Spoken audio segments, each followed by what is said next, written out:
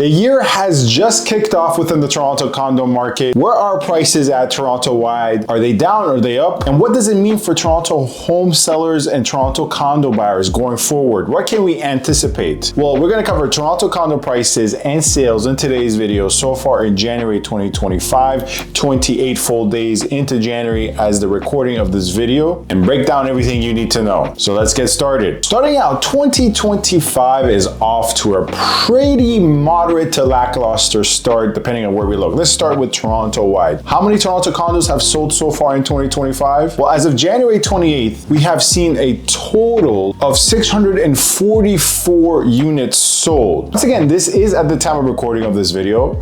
Obviously, a lot of conditional sales are still up in the air. They have not been reported as firm sales, and that typically happens any time from 5 to 7 days, into February. And of course, there's going to be some new sales that occur the last 3 days of January. However, this 644 sales is going to represent the majority, if not 95% of sales. How does this compare to January 2024, 28 full days into January 2024? Well, this indicates a 27% decline because in the first 28 days of January, there was a grand total of 886 condo sales. This drop in sales indicates clearly to me what I'm seeing on the ground. In part, higher interest rates are having an impact on buyers not pulling the trigger. And number two, an oversupply in part where a lot of sellers are not willing to budge, or if they're willing to budge by not that much. There are definitely sales happening. Luckily, in January, so far in 2024, I've been part of those sales, buying and selling on behalf of my clients. But really, it's the exception, not the case. But what about prices? Well, average Toronto condo prices so far in 2025, 28 full days into January, has been $711,000. This is across all the 600 plus sales in every area of Toronto, whether Toronto West, Toronto East, Toronto Central, North York, Midtown, downtown.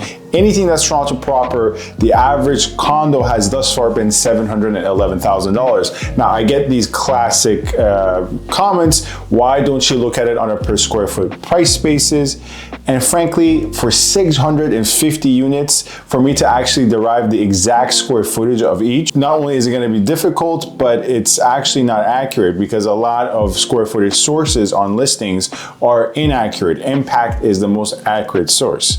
And I hate to inform you, but tools like House Sigma and Condos.ca do not capture the entire market. For some odd reason, anytime I compare my numbers to their numbers, House Sigma and Condos.ca only capture about like 80% to 85% of actual sales. So prices are holding relatively steady, but undoubtedly there is more negotiating power, and that's what we have been doing for our buyers. Speaking of which, I am a full-time realtor. A lot of my lovely buyers and sellers and tenants have come from this channel, so feel free to get in touch with me. No one knows the Toronto condo market better than I do. I can confidently say that. My link is in the bio. Give me a call, set up a chat. Let's see how we can help you. Now let's break this down by type a bit, a unit type in terms of number of beds. So far in January of 2025, there has been a total of 271 one-bedroom sales, inclusive of a den, so a plus one, ones and 1+1s. The average sold price here has been $572,000. Now, if we just take a look at 1+1s by themselves, so one bedrooms that have a den, anything from an actual proper den can be converted into a 2-bedroom, or some small little dent in the floor plan that the builders all are calling a den. Well, there has been a total of 151 1+1 sales with a average sold price of $606,000. And how are 2 bedrooms faring? Well, so far in January of 2025, there has been 272 2-bedroom sales with an average sold price of $752,000. Now, as always, I have to mention the gap is so large because you can have a 2-bedroom that's 800 square feet in the 600s, 700s, or you can have a 2-bedroom that's legitimately, in some cases, upwards of 1,900 square feet and $2 million, right? 2-bedroom is the property type, the condo type that has the biggest variance in terms of differences from the low end to the high end. And then if you're curious, for 3 bedrooms, 85 sales, a total average sold price of $1,065,000 Toronto-wide. But let's break down the numbers a little bit more specifically by area, taking more of a specific regional look in Toronto, not Toronto-wide, but different areas in Toronto. We're gonna start with what most people are interested about, downtown Toronto. A total of 181 condo sales in January 2025, with an average sold price of $726,000 and a median sold price of $640,000. This average and median applies to all condo types that sold in downtown in 2025. This is a 41% drop for downtown condo sales in terms of the number of sales, not prices.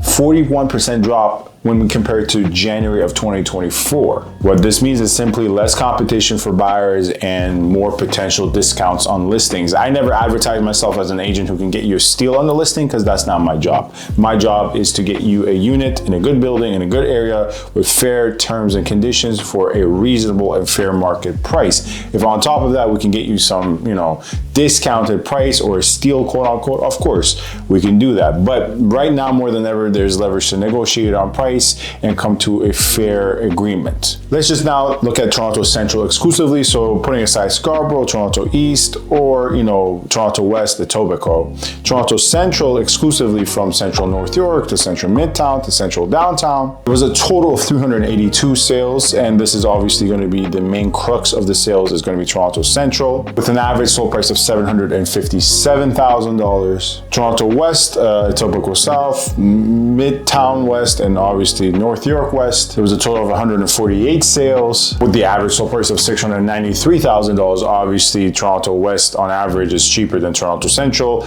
and then Toronto East is cheapest of them all, because Toronto East saw a total of 115 condo transactions so far in 2024, with the average sold price of $590. By far, Toronto East is the cheapest area in Toronto. So that is the condo market as it stands in January of 2025. What does this mean going forward for buyers and sellers? Well, today, at the time of recording of this video, there was actually an interest rate cut by 25 basis points. And as I told people in my exclusive WhatsApp group chat, which, by the way, if you want to join, the link is in the description, definitely join it. I send across charts, numbers, news articles, all types of fun things, or my observations with viewers in that chat. As I mentioned though, in that WhatsApp group chat, with the interest rate cut coming today, I think it's pretty much a solid prediction that we're going to see the normal seasonal uptick that occurs in spring. There was a little bit of fear that maybe the seasonality would dissipate in spring of 2025, but with this interest rate cut, I think we will see for condos in specific market pick up slightly into spring 2025, as it has in spring 2024, as it has in spring 2023. Although the last 3 years has been a declining market, we still see spring it picks up from winter time. So I think it's pretty fair with 25 basis point cut today that spring prices and conditions are going to be a little bit more towards the moderate side of things, as opposed to now where we're recording this video January 28th and most of February. This is not to say it's going to go into a hot seller-friendly market. It's not. It's just going to be a little bit more moderate. So for most buyers, if you want to avoid a closer to moderate market and really enjoy a more buyer-friendly market, or in the depths of a cool buyer-friendly market, then right now is the time if you can afford it. Or otherwise, I think it's best to wait until the summer. I think summer, historically, things also really cool down as well. Ideally, if we can have our way, we want to avoid the spring. But obviously, if something pops up in the spring that you love, then that's a separate discussion. But generally speaking, buy it right now or in the summer. For condo sellers, it really comes down to when you bought it. Most pre-construction sellers are taking massive losses and have to face the potential of losing their deposit. That's actually sometimes the more favorable outcome. For the people who bought in the last 3 years, resale 2021, 2022, 2023. If you bought in 2021, in some buildings, some streets, you can still probably sell it and not only not take a loss, but take a profit. For most people who bought in 2022, 2023, it does not make sense to sell right now. And frankly, it's just really hard to predict when the market is going to all in all increase, not according to the seasonal trend, but see the heights, or 70% of the heights we saw in 2022 and 2023. It's hard because with the new administration in the States, it's just very difficult to predict the future. However, you are better off if you need to sell or have to sell or bought in the early 2000s, mid 2000s, early 2010s, before 2020s. Obviously going to be much better to wait until spring to sell as opposed to now, or as opposed to the summertime. But I'll tell you this, if I was actually able to see into the future, I wouldn't be here recording this video right now. I would probably be on my vineyard in Portugal, just relaxing. But unfortunately, I do not have a vineyard in Portugal. As a result, I probably can't see into the future. Anyways, as always, subscribe, comment, rate, and review. Let me know your thoughts in the comment section. And as I said, get in touch with me with any buying, selling, leasing inquiries. My link is in the bio. Thank you, stay safe, and stay tuned.